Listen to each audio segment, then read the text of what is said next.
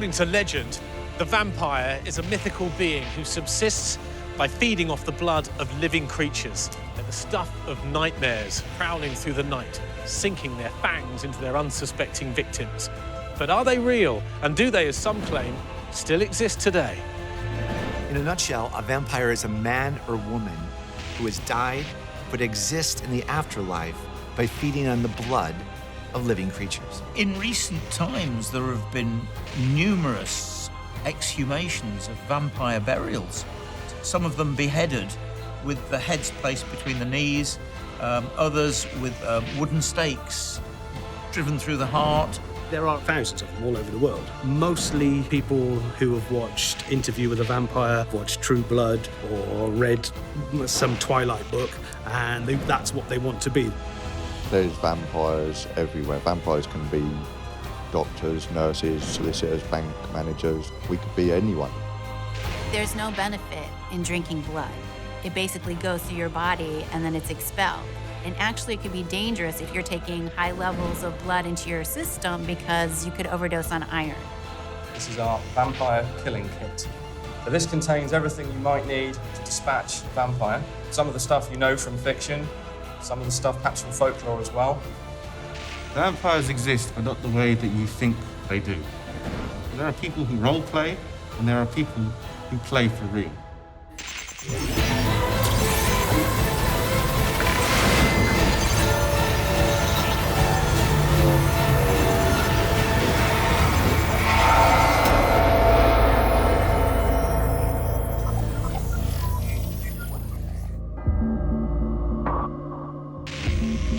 According to modern folklore, a vampire is an undead being who rises from the grave and feeds on the blood of living creatures. Typically, they were said to wear shrouds and were often described as having a gaunt, pale face and, of course, a sharp pair of fanged teeth. And killing them, well, that was quite a performance. According to legend, the best way to kill a vampire is to go in its coffin during the day, of course, when it's helpless because of the light, put a stake through its heart, or cut its head off, and or pin it to the coffin, break its legs, nail them to the coffin, so come nighttime, it can't move, it's imprisoned. Traditionally, they belong to Eastern Europe. In Britain, there are one or two rather pathetic little outbreaks that turn out to be nothing of the sort. In Eastern Europe, the idea that the dead can rise from their graves and suck blood from the living is kind of imprinted in the DNA of the people there. Certainly in rural areas, in Poland, for example, Czechoslovakia, Romania, people totally believe that there are such things as vampires, and they take steps to prevent them from wreaking havoc in the villages.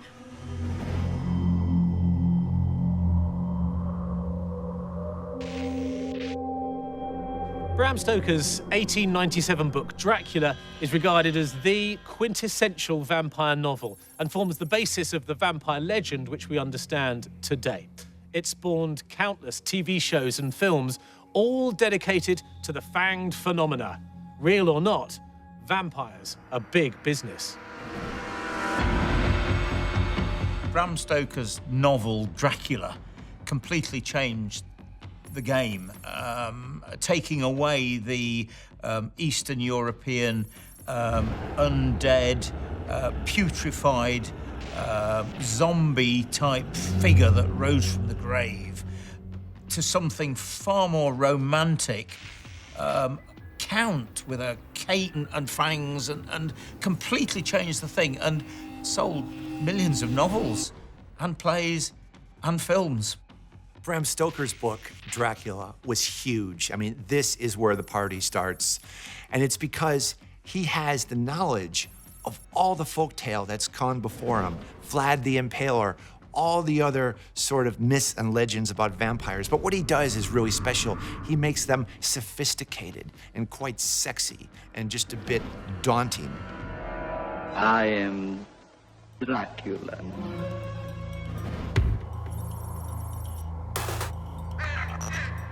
Vampires are infamous for drinking the blood of their victims, often women. And back in the Middle Ages in Europe, people were simply terrified of them. But according to legend, there were certain things that were able to ward off vampires. Garlic is one example, but also sacred items, for example, a crucifix, a rosary, or holy water. Also, according to the law, vampires are said to be unable to walk on consecrated ground, such as churches or temples, or cross running water. Deborah Hyde is an expert on the vampire phenomena and agreed to meet me in a North London cemetery to tell me all about them. Deborah, what are the origins of the vampire legend? Well, they seem to be a southern and eastern European folklore construct from at least the 9th century, possibly further back than that. And it continued to exist all through medieval times and even into modern times. Really, we see vampire legends where there's a combination of epidemic death and where people misunderstand the normal processes of decomposition. And when you say people misunderstand the process of decomposition, what do you mean by that? We understand that when people die that they eventually decompose, but it's not a uniform or an easy process to predict. And things like the pH of the soil, the temperature of the environment, how deep you manage to bury a body, what somebody died of, all of these kinds of things end up playing into whether they actually decompose in a particularly predictable way. The legend of vampires starts in Eastern Europe in sort of medieval times. And it starts because people totally misread and misunderstand what happens to a body when it decomposes after death. You know, it sits upright, blood is churned up through the esophagus and out of the mouth, and it looks as though these bodies are still alive in the coffin, but in reality, it's just the natural process of dying and decomposing. And they found bodies with stakes driven through their hearts in Eastern Europe, haven't they? They have. It was a perfectly respectable way of getting rid of a vampire to stake them either through their heart or their navel, any part of their body. And we might think that this is a very metaphorical kind of a thing, but it's actually just a very large pin. If you had a body that wasn't buried sufficiently deeply, predators were getting at it, perhaps it was bloating and moving around in the grave, then you could keep it physically where it was by staking it to the ground. Conversely, it's not just the decomposition, it's the preservation of the bodies. Imagine if you bury your mother in midwinter in a shallow grave and someone goes in digging because they want the clothes, the jewelry, and they see she's perfectly preserved. So hence the legend of the undead is born. So this is what gave birth to the whole vampire legend that we know of today, right? Yes, it is. And there's all sorts of things that you could do to actually make sure that that kind of half-dead, half-spiritual, half-alive being was depotentiated. You could stake it, you could burn it to ashes and drink the ashes. You could decapitate it. They're all very kind of mechanical measures that would be taken. So the killing of a vampire, the driving the stake through the heart, that is actually based on medieval evidence. Traditional vampires, yes, would be staked into their graves, either through the navel or the heart. And then in Romantic literature, they went very much for the heart because it was more symbolic, it was more flamboyant.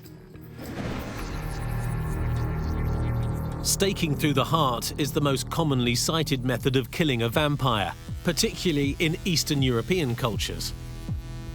But it was also common practice to bury sharp objects alongside the body, such as sickles, so that they would penetrate the skin if the body tried to leave the grave. In recent years, many of these so-called vampire burials have been discovered in Bulgaria. Vampires seem to have originated in Eastern Europe in the 12th and 13th century. People in those days misunderstood dead bodies, putrefaction, the fact that it was very cold in those countries and people couldn't bury people very deep. They'd come back 3 weeks later to find mother, a child, dug up, dragged out of the grave, half-eaten, blood all over them, and rumours started to spread. This is Ravadanovo Castle near Sozopol in Bulgaria. In 2014, a so-called vampire burial was unearthed here, where they found a skeleton with a metal stake driven through its torso. According to experts, it belonged to a man aged between 40 and 50 and dates back to the early 13th century. And so far, over 100 of these vampire burials have been unearthed in this country.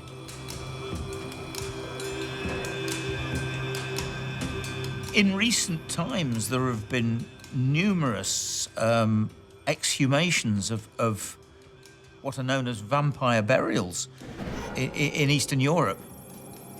They've found bodies, some of them beheaded, with the heads placed between the knees, others with wooden stakes driven through the heart, stones, huge stones, sometimes in the mouth, and large stones actually sometimes placed on the face, which they believe to be the bodies of vampires, because the whole idea is, of course, to keep them in the grave and not let them rise from the grave.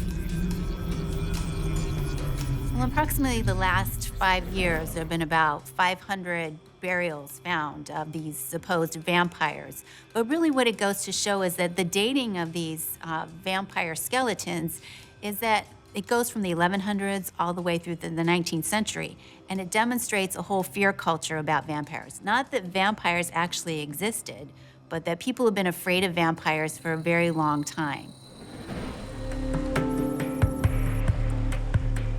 The discoveries have made Bulgaria one of the vampire capitals of the world, with literally hundreds of bodies being discovered all over the country.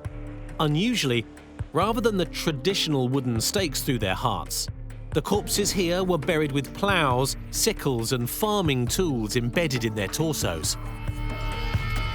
In 2012, museum director Bohidar Dimitrov revealed one of the suspected vampire corpses to the world. Archaeologists dug up these moneyed bloodsuckers whilst excavating a monastery near the Black Sea. In Sozopol, we unearthed 700 Christian graves and found only 2 traces of anti-vampire manipulation. And this is where the skeleton they claim to be a vampire is kept, at the Archaeological Museum in Sozopol, and I'm here to meet the man who found it.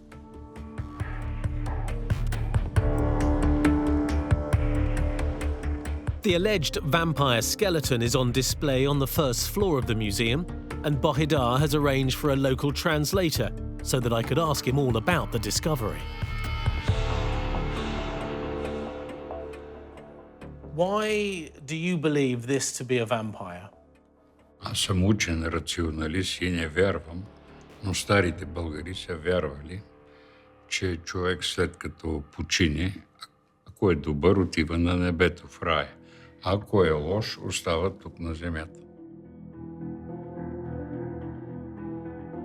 Хората са вярвали, че лошите хора в 12 часа през нощта са излизали от гроба, материализирали са се и са тръгвали да пият кръв на хора и животни. Единственият начин да се предотврати това е било в гроба му. Група младежи обикновено са го правили, са пробивали тялото му на 3-ти и 4-ти ден от смъртта с железен лемеш. So this looks like a kind of iron axe head. Was this what was used to stab him through the heart? Това казва прилича на желязна част някаква. Това ли е нещото, с което са намушквали? Това е. Да, това е силно корозирало, отчупено отгоре, но на места се намират цели. Кой знае защо са смятали, че железният лемеш на плуга е това е режещата част на ралото. Са смятали, че точно това трябва да използват. So this part of the plough would have been driven through this man's torso. И казва, тази част е била забивана в тялото на... В сърцето. Exactly, not only the body, but in the heart. So they believe that this man was a vampire. И вие вярвате, че този човек е бил...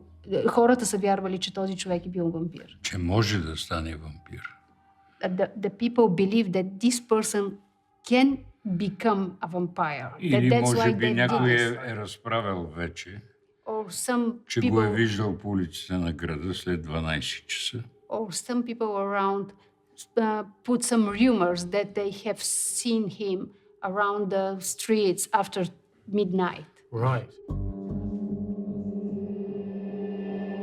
In fact, there have been hundreds of so-called vampire corpses dug up across Hungary, Romania and neighbouring countries, all with similar metal farm machinery embedded in their skeletons.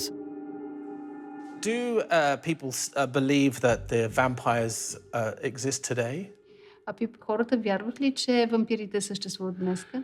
Да, за наше големо изумление от един документален филм, сега правен, разбрах, че в Румъния, покрай българската граница, обичая съществува в едно село и сега, а най-неочаквано една млада докторантка от Видин съобщи за подобен случай само преди няколко години в едно село в Видин.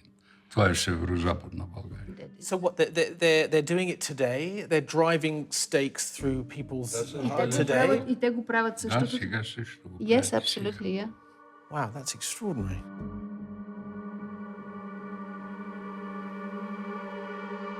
The best is, of course, finding burials where the skeleton has a stake through its chest. And they actually call these vampire burials. So it's testament to the fact that this wasn't just some light-hearted belief. It was a really important part of their belief system. And they took it quite seriously indeed. People were terrified of suicides rising from the grave. And this is really where it came from. Basically, a wooden stake was driven through the heart and a stone placed on the face to stop them rising, because they knew that the suicide wouldn't be at rest, because they knew that the suicide wouldn't get into heaven and didn't want to go to hell and would rise.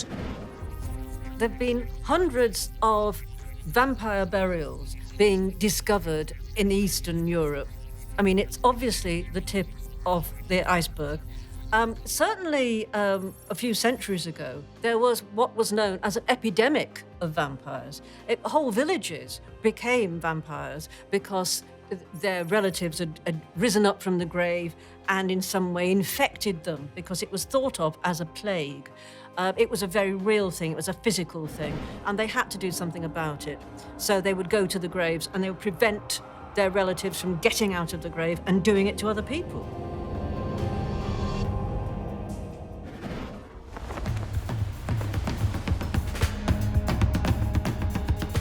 To complete this remarkable story, I was then taken down to the ruins of the old castle in Sozopol, overlooking the ocean, to see the actual grave of the alleged vampire in the museum.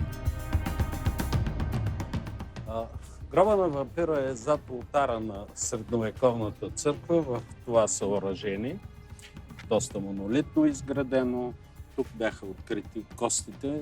Okay, and the skeleton was here with the iron through the torso. И скелета беше с прободеното сърце с този метален предмет. Да, скелета е положен съобразно християнската практика с предмет в жизнено важен център, в сърдечната област.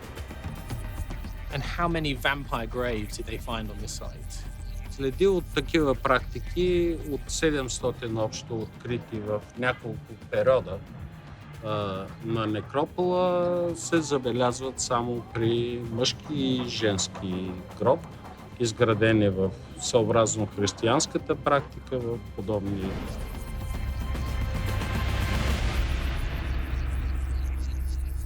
The vampire graves bring to light the fact that the belief in the existence of vampires was dead serious. Today it's fiction. We enjoy a good vampire movie, and every year we get a new one. We think they're funny, we think they're sexy, we think they're romantic, but these were real. These were things that people feared, and these vampire graves serve as testament to that.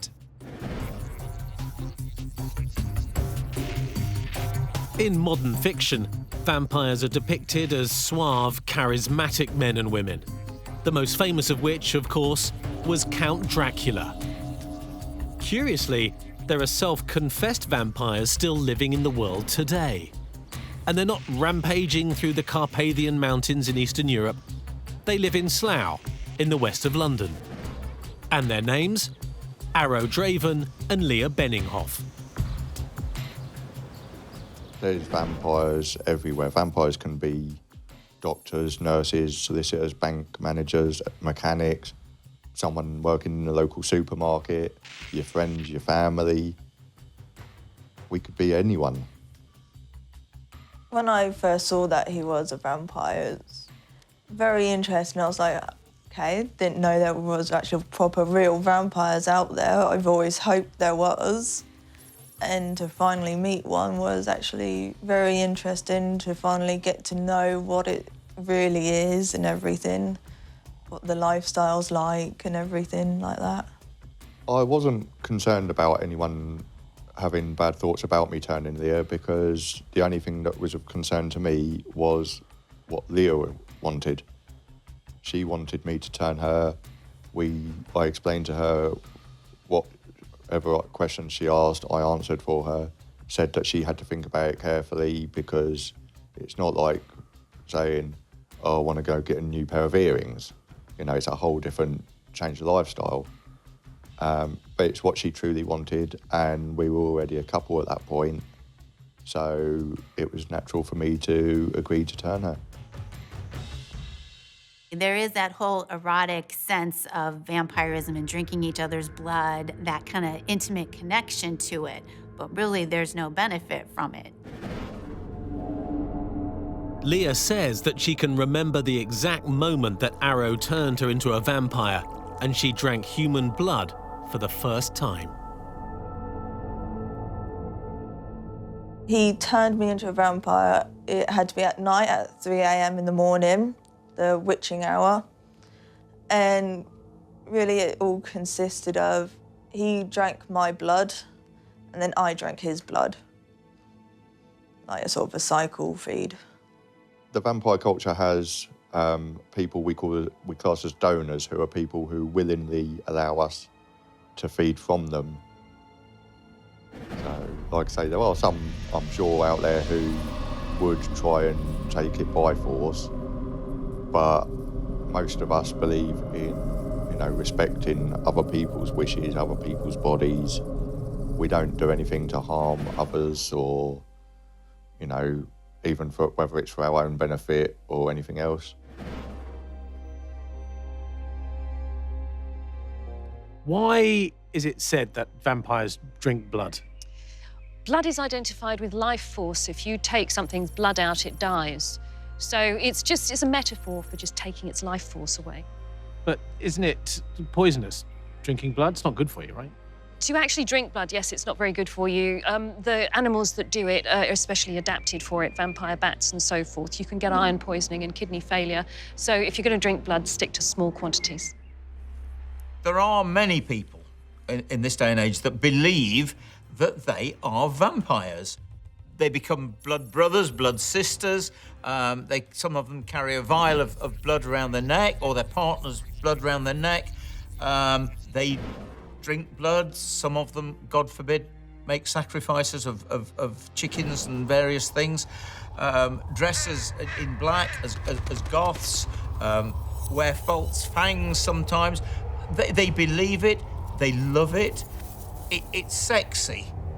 There's something marginal in society about the attraction of being gothic, or that whole goth persona, dressing differently, putting on that persona of darkness. And vampire culture kind of goes along with that, doesn't it? Being rebellious, being different. They don't have fangs, they're not biting each other, but they're taking systematically blood from their body and giving it to their mate to drink. So it's almost like a cult of intimacy. They sleep during the day, they're out at night, they live the entire vampire lifestyle, at least as closely as they can.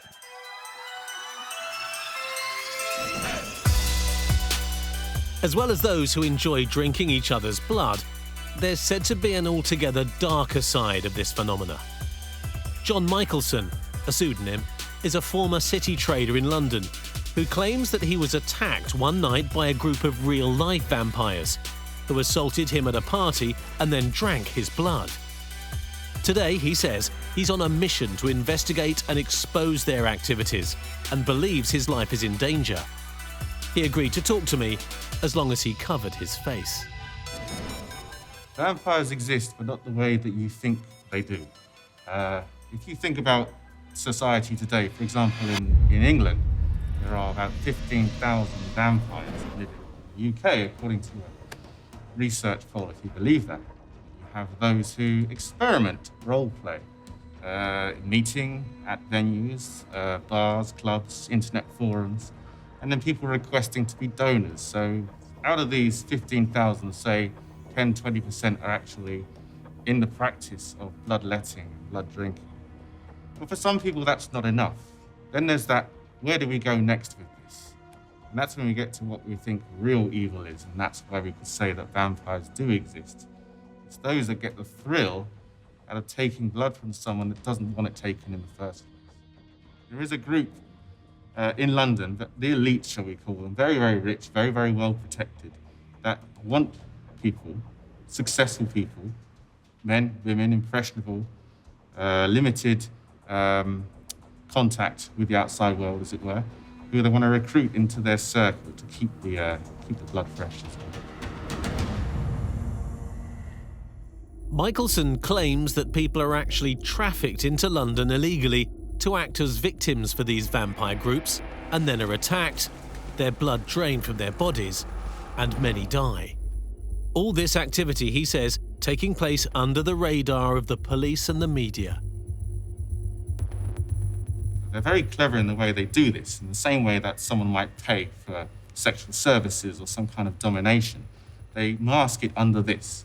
So they surround themselves with gangs, as it were, gangs from Eastern Europe and from Turkey, who kind of provide a front for this kind of activity. So they deliver the goods, they then take what they want and then give it back to them to deal with the consequences.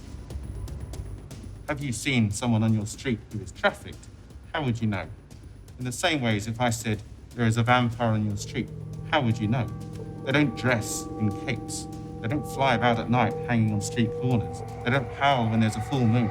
They do none of that. They are people who once had morals, who have abandoned that because it's okay. You can find people with a similar interest online who want to be like you. So there are people who role play, and there are people who play for real.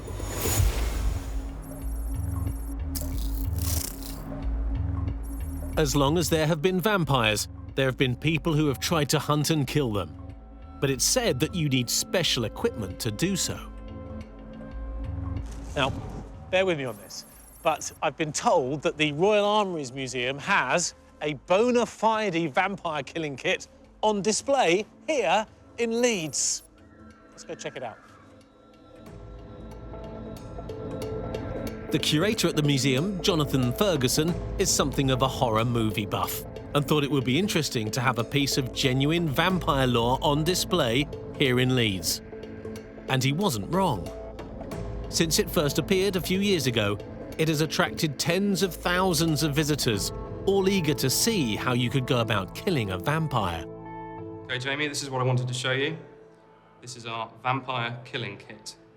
So this contains everything you might need to dispatch a vampire. Some of the stuff you know from fiction, some of the stuff perhaps from folklore as well, all mixed in together. So I suppose most obviously we've got the gun here. This is a real gun, Victorian, 1850s or 60s. Kind of the Saturday night special of its day, not that expensive to buy, very simple to operate. Okay, so this is a real gun, right? Absolutely. And this would fire silver bullets? That's a big debate. Our kit didn't come with any silver bullets. Some of them do. The silver bullet is more or less werewolves. So if the gun doesn't do the job, what else have we got? Well, now in the middle of a fight against a vampire, I wouldn't necessarily want to be doing this. However, we gently remove this. Yes, look at that. It's a bit like a box of chocolates. There's a second layer. Can I dive in here, please? There we go. That's what I've been looking for. Yeah. So that, for me, is the most kind of iconic weapon that you could use against a vampire. It Stake is. through the heart, right? If people do happen to encounter a vampire, there are only two ways of killing it. Number one, cut off its head. Number two, ram a wooden or a metal stake right through its heart. End of story, job done. So this isn't authentic. Is that what you're saying? This is sort of vampire memorabilia. I don't think we'll ever know for sure. That's why they are wonderfully mysterious things. It's not impossible that 100 or so years ago, someone came up with one of these things. Perhaps it's a bit of a joke. Going back 200 years, when people did very much believe in vampires, it's not beyond the realms of possibility that they would have had implements in the home to kill them? Certainly not impossible. Perhaps the biggest thing against it would be the people that believed in this stuff, that actually tried to kill vampires, did it with found objects. They did it with stakes, spades, scythes, that kind of thing, which is why they don't survive. So again, a great thing for us to have, to tell people all about the history of protecting yourselves from things that maybe don't exist.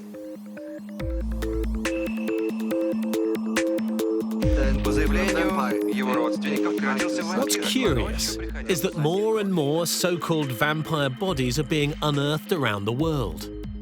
In Romania during February 2003, several relatives of a local farmer, Toma Petra, feared that he had become a vampire. They dug up his corpse, tore out his heart, burned it, and mixed the ashes with water in order to drink it. I read about a guy recently in Romania who was thought to have been a vampire? Yeah, that was pretty recent. That was Toma Petra, and he had died. His family thought that he may be acting in a vampiric way because one of his relatives became ill. So they dug him up, they got his heart, they reduced it to ashes, and they fed the ashes to her. And she did recover, so it worked for them. And this is only 12 years ago? Yes, I think that these kinds of folklore still exist all over the place. People still believe in stuff. So the chap dies, they bury him in a grave, and then in the next sort of couple days, family and villagers become ill, particularly the daughter of his brother-in-law, who becomes so concerned that he is, well, obviously coming back from the dead to prey on his family and the villagers, that he and his 5 mates go dig him up. They take out his heart and they burn it at a crossroads, and they pin his legs to the coffin. All the things that you would do to somebody who you thought was a vampire. The only difference is, this is 2003, and guess what? He and his 5 mates, all 6 of them, got 6 months in prison. This was way, way beyond just some folklorish superstition, because these people were doing things like going down to the graveyard and digging up their own mother, their own daughter, their own uncle, and hammering a stake through their hearts, cutting them open, cutting their heads off. Totally horrific, but they felt, with everything that they were, that they had to do this to save themselves and to save their village. While traditions might fade, superstitions die really hard. And in Eastern Europe, they're as real today as they ever were. And that case in Croatia is a great example. This is not ignorance. This is people believing what their grandparents and their grandparents and their grandparents before them believed. As far as they're concerned, it's reality.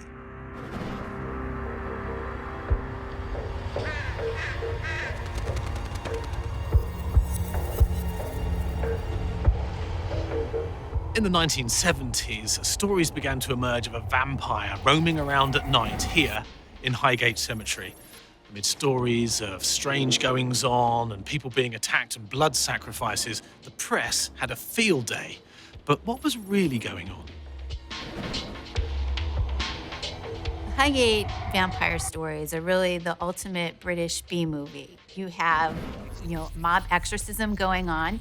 You have someone running around claiming that he's chasing vampires. You have British bobbies running all over the place, hunting for vampires and ghosts in the night. Really, it's kind of a crazy mob scene, isn't it? A group of ghost hunters in the 1960s, early 70s were ghost hunting in Highgate Cemetery. It was pretty derelict by this time, And one of them spent the night there and believes that he saw a ghost, a figure dressed in a cape wandering through Highgate Cemetery. It all starts in sort of the 1960s when the Satanists are doing rituals in the tombs in the cemetery in Highgate. And what they find is that on the walls of the tombs are images of an entity they're trying to manifest. And people who have analyzed this have been led to believe that if manifested, this entity would stay.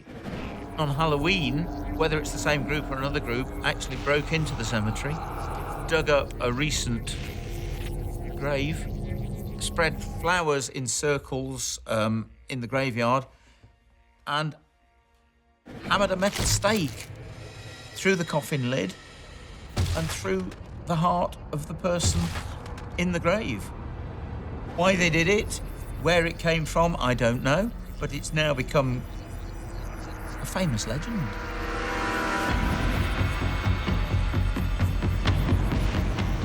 Large numbers of amateur vampire hunters flocked to the cemetery, and one of them even got himself arrested.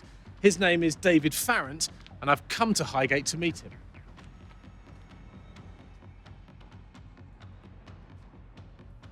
What was it that you saw in Highgate Cemetery that night? Well, I can't tell you, except it was a very tall figure, almost as tall as the gate. That is the top gate of Highgate Cemetery. Now, I didn't know if it was floating above the ground because the bottom of the figure seemed to disappear into blackness. I could only really see where it was higher and it was highlighted against the sky. And also the area around myself that turned icy cold. Bear in mind it was a bitterly cold night anyway in December. And I got the impression that it seemed to be trying to communicate with me. What was it trying to say to you? It's not so much trying to say something, it was draining me of energy. It's almost like I felt I was being hypnotised, sort of falling into a dream I had no control over.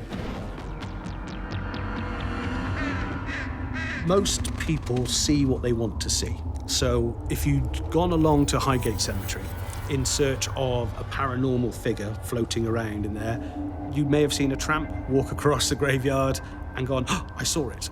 It was there, I absolutely saw it, and then it disappeared. And then you see something like a dead animal, and you think, oh, well, that must have been what the vampire ate. Then the newspaper gets hold of it. The newspaper says a figure was seen eating a fox, draining it of its blood, coming out of a tomb, when in reality nothing like that was ever said. But people read the newspaper, the next generation of vampire hunters comes along, expecting to see that, and they see what they expect to see again. And so the story sort of self-perpetuates. There was quite a press furore at the time. I've seen the clippings, and I've seen pictures of you being arrested at that time. Why were you arrested? We were holding a vigil, and we cast a circle by the grave of a 17th century pirate. And the police turned up. Admittedly, we had a few symbols on the ground, magical symbols. We were trying to communicate with that. And ironically, the police turned up just as the church clock was striking midnight. All of a sudden, these figures came charging out of the underground. And I was arrested and charged with indecency in a churchyard. David Farrant, sort of head of the British Occult Society, had a really important role in the whole Highgate vampire story. He's the one who's going into the tombs and uncovering the fact that there were satanic rituals going on there. He's the one who identifies this entity that's trying to be manifested, and he's the one who kind of goes on this journey to find the vampire. When this story broke, it caused quite a reaction, didn't it, in London? Yes, especially in Highgate. When you start mentioning words like black magic, Satanists, or vampires, people get very, very hostile, which is why I never described it as a vampire. I described it as a ghost. And that's the sort of thing I was looking into, and also quite a few of the other local pubs around Highgate, where this black tall figure has also been sighted to see if there's any connection between the two figures. If it isn't a vampire up at Highgate Cemetery, what is it? Well, as I said, I think it's an unexplained entity, a ghost, something that may have remained earthbound, which has been seen. Let's remember this, it's been seen by many, many local people, not just myself. I only saw what 2 other people had already witnessed. Curiously, to this day, there's reports in Swain Lane, which is the road that goes right by Highgate Cemetery, of civilians reporting to the police seeing a tall man with dark, piercing red eyes walking across the street and through the wall. Now, they know nothing about the Highgate Cemetery vampire. It's sort of a cult subject. Not everyone knows about it, but this gets reported to the police every 2 or 3 years. So it's quite curious that there continues to be the sort of spotting of an entity that people associate with the vampire. And is what you saw still there? Yes. It's there. It's been sighted very, very recently. And not only the actual figure itself, but people have had experiences there by the top gate. There's some sort of energy there which affects mobile phones and affects cameras. Often people have tried to take a picture after having a tour of the cemetery, and the battery's fully charged. It just goes dead. There are loads more people we have on record, and we can't possibly say they were all imagining more or less the same thing. It's been witnessed by many other people. So let's be real. I mean, the account of the Highgate vampire, fantastic, entertaining, enthralling, romantic, sexy, all of that. But is it real? I really doubt it.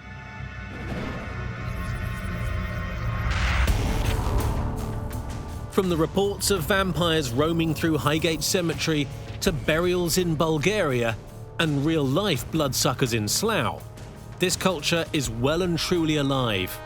And thanks to TV shows like True Blood, it's gained a whole new generation of fans. But are any of the stories of vampires true, or is it all just a gothic fantasy? And at the end of the day, there's one question that stands out above all others. Just how good is it for you to actually drink someone else's blood? I can categorically tell you that there is absolutely no benefit whatsoever from drinking blood, either from a chalice or from biting someone in the neck. It goes in one end and out the other. End of story. We're told there's an energy rush in drinking blood. You know, it's a highly taboo thing to do. But in reality, the dangers, i.e. the diseases, far outweigh any potential health benefits. The irony is that after centuries of the menace of vampires, something hideous coming at you, stinking of the grave, and you running away because it's pure nightmare, now you have all millions of young girls thinking, vampires, wonderful, bite me, bite me. To be honest, I think that today people are playing at being vampires. I think they're taking something from myth, they're taking something that's been really current in popular film, and trying to live it out. So, are vampires real? Or is the whole legend born out of ignorance and superstition, fueled by the likes of Bram Stoker and Count Dracula? Certainly those people that drove the stakes through the torsos of those bodies in Bulgaria thought they were real. But it seems to me that nowadays most people who believe themselves to be vampires are simply playing out some kind of gothic fantasy. More Count Duckula than Dracula. I'll see you next time.